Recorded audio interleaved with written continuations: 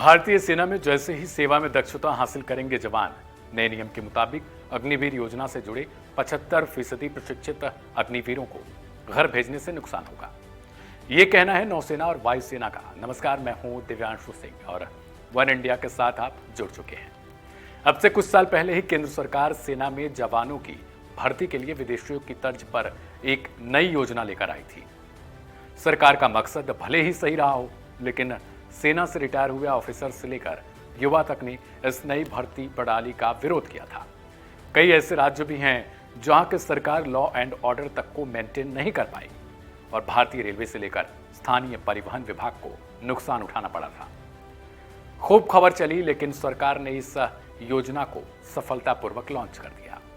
लेकिन अब खबर है कि राजनाथ सिंह के नेतृत्व में रक्षा मंत्रालय वापस अब इस योजना में बदलाव की तैयारी में है।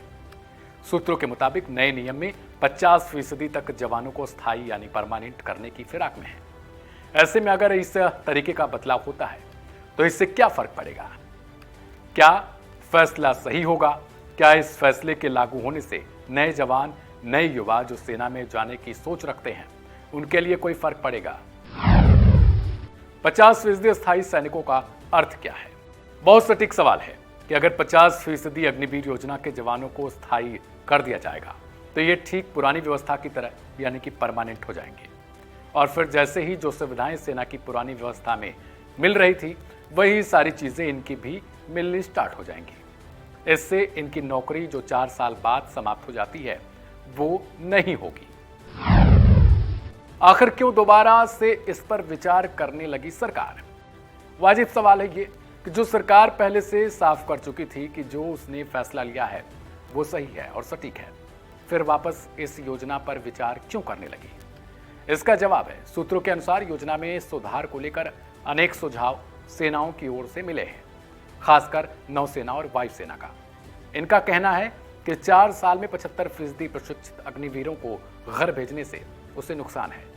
जैसे ही ये तकनीकी कार्य में दक्ष होंगे, यानी जो अग्निवीर योजना के जवान हैं, जैसे ही वो सारी चीज़ों के बारे में जान जाएंगे, कुशलतापूर्वक उन्हें हर चीज़ें आ जाएंगी, उनका सेवा काल पूरा हो जाएगा।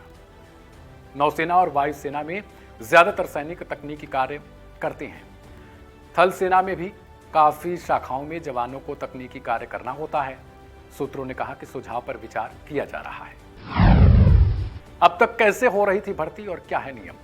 अगर वर्तमान व्यवस्था की बात करें तो फिलहाल अग्निवीर योजना से भर्ती चल रही है, जिसके मुताबिक 4 साल के बाद 25% तक जवानों को एक परीक्षण प्रक्रिया के बाद स्थायी करने का प्रावधान है, जबकि शेष 75% जो अग्निवीर की योजना के जवान बचते हैं, उनको एक तय राशि के साथ उनको सेवा से अलग कर दिया जाएगा।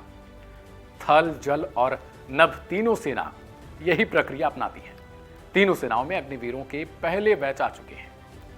ऐसे में अब सवाल यह है कि जो खबर थी वो आपको इस योजना से लेकर कैसी लगी है? क्या कुछ समझ में आया है और क्या है आपकी राय? सरकार से मांग क्या है? सब कमेंट करके बताइएगा और अपने दोस्तों को शेयर कर ये जानकारी जरूर दीजिएगा। नमस्कार।